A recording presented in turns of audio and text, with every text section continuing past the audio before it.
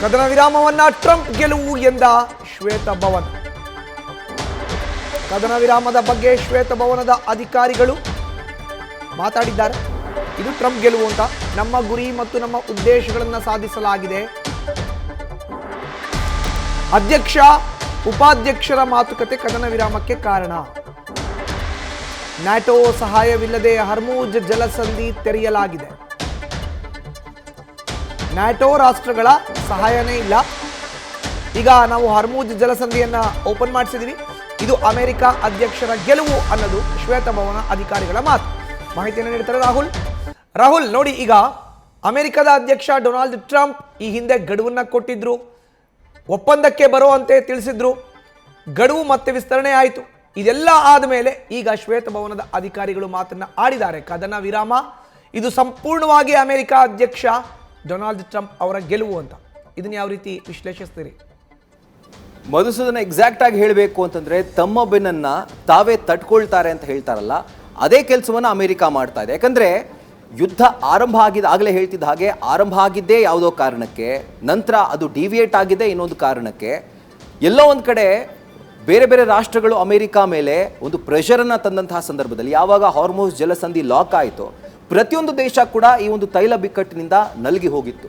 So ಆ ದೇಶದ ಪ್ರತಿಯೊಬ್ಬ ನಾಗರಿಕ ಕೂಡ ಇದನ್ನ ಅನುಭವಿಸಿದ, ಈ ಒಂದು ಎಫೆಕ್ಟನ್ನು.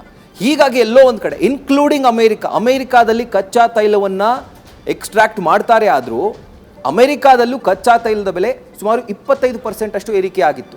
ಸೊ ಎಲ್ಲೋ ಒಂದು ಕಡೆ ಅಮೆರಿಕ ಅಧ್ಯಕ್ಷ ಡೊನಾಲ್ಡ್ ಟ್ರಂಪ್ ಅವರಿಗೆ ಅವರ ದೇಶದ ನಾಗರಿಕರೇ ತಿರುಗಿ ಬಿದ್ದಿದ್ರು. ಅವರ ಅಪ್ರೂವಲ್ ರೇಟಿಂಗಲ್ಲೂ ಕೂಡ ಮೈನಸ್ ರೇಟಿಂಗ್ ಬಂದಿರುವಂಥದ್ದು. For the first time America ಅಧ್ಯಕ್ಷರ ಇತಿಹಾಸದಲ್ಲೇನೆ ಮೈನಸ್ ರೇಟಿಂಗನ್ನು ಪಡ್ಕೊಂಡಂಥ ಅಪಖ್ಯಾತಿ ಕೂಡ ಡೊನಾಲ್ಡ್ ಟ್ರಂಪ್ ಅವ್ರಿಗೆ ಸೇರುತ್ತೆ.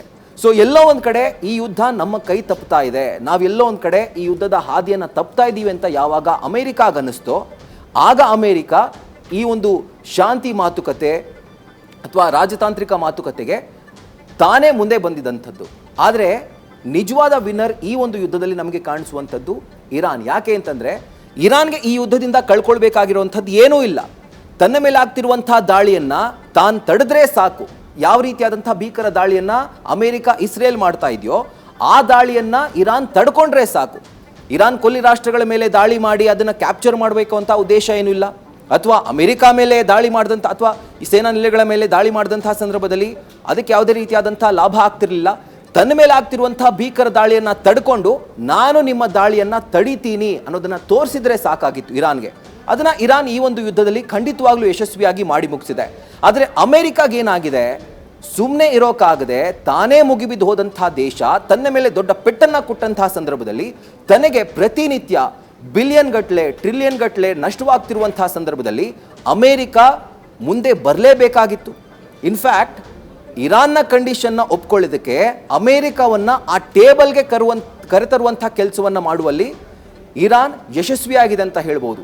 ಸೊ ಇಡೀ ಜಗತ್ತಿಗೆ ಗೊತ್ತಿರುವಂಥದ್ದು, ಅಮೆರಿಕ ಅಧ್ಯಕ್ಷ ಡೊನಾಲ್ಡ್ ಟ್ರಂಪ್ ಪ್ರತಿ ಬಾರಿ ಹೇಳ್ತಿರ್ತಾರೆ ನಾನು ಯುದ್ಧ ನಿಲ್ಲಿಸಿದೆ ಅಂತ. ಬಟ್ ಈಗ ತಾವೇ ಯುದ್ಧವನ್ನು ನಿಲ್ಲಿಸುವಂಥ ಒಂದು ಅನಿವಾರ್ಯತೆಗೆ ಇರಾನ್ ಅಮೆರಿಕವನ್ನು ತಂದಿದೆ, ಡೊನಾಲ್ಡ್ ಟ್ರಂಪ್ ಅವರನ್ನು ತಂದಿದೆ ಅಂತಂದರೆ ಖಂಡಿತವಾಗ್ಲೂ ತಪ್ಪಿಲ್ಲ ಮಧುಸೂದನ್. ಅದರ ಜೊತೆಗೆ ಈ ಒಂದು ಯುದ್ಧದಲ್ಲಿ ಇಡೀ ಜಗತ್ತಿಗೆ ಒಂದು ಕ್ಲಿಯರ್ ವಿನ್ ಅಂತ ಯಾರಾದರೂ ಕಾಣಿಸ್ತಾ ಇದ್ರೆ ಅಥವಾ ಯುದ್ಧದಿಂದ ಯಾರಿಗಾದ್ರೂ ಲಾಭ ಆಗಿದೆ ಅಂತಂದರೆ ಅದು ಖಂಡಿತವಾಗ್ಲೂ ಇರಾನ್. ಸೊ ಬಹುಶಃ ಈ ಒಂದು ಯುದ್ಧದಲ್ಲಿ ಇರಾನ್ ಮೇಲುಗೈ ಸಾಧಿಸಿದೆ ಹೊರತು ಅಮೆರಿಕ ಅಲ್ಲ ಅನ್ನುವಂಥ ವಿಶ್ಲೇಷಣೆಗಳು ಈಗ ಕೇಳಿ ಬರ್ತಿರುವಂಥದ್ದು. ಮಧುಸೂದನ್, ಧನ್ಯವಾದ ರಾಹುಲ್ ನಿಮ್ಮ ಮಾಹಿತಿಗೆ.